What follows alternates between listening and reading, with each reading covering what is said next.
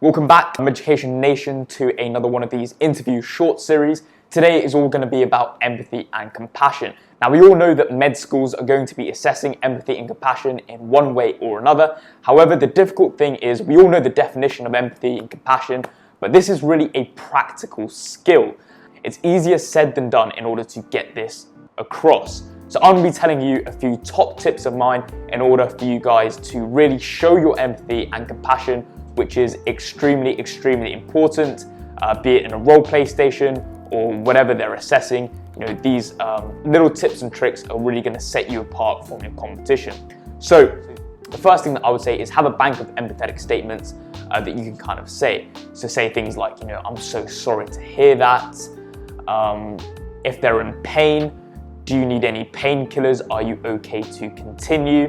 So have a bank of these empathetic statements ready to go. Another thing is if they are crying.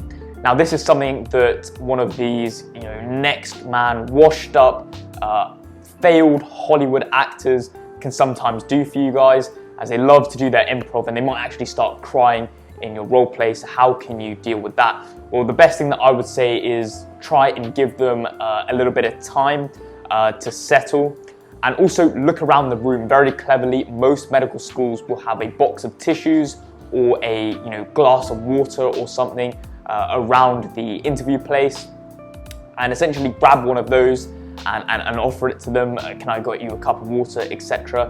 Give them time, and then before proceeding, say something like, are you okay to proceed? Are you okay to continue? Or do you need a minute? So things like that can really make a difference.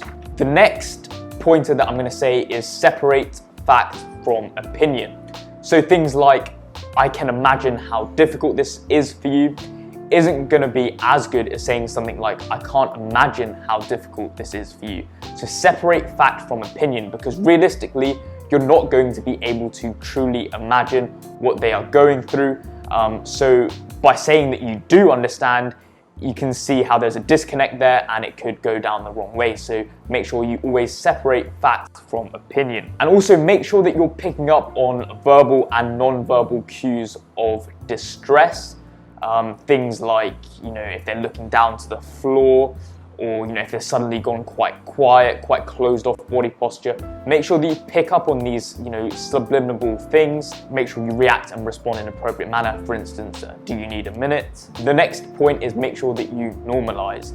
So by saying something like, a lot of people find this very difficult, for instance, makes the patient feel that they're not isolated, they're not on their own in feeling that kind of way, and that it's very normal emotions to have. And by doing that, it can be quite effective, and also gets really that empathy and compassion going. And finally, something that I like to do is called active listening.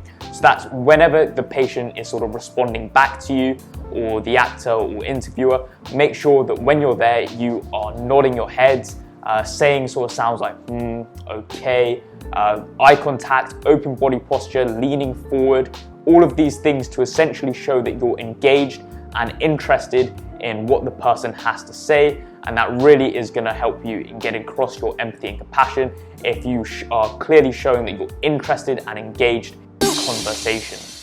Make sure you like, subscribe. Until next time, peace. Subliminal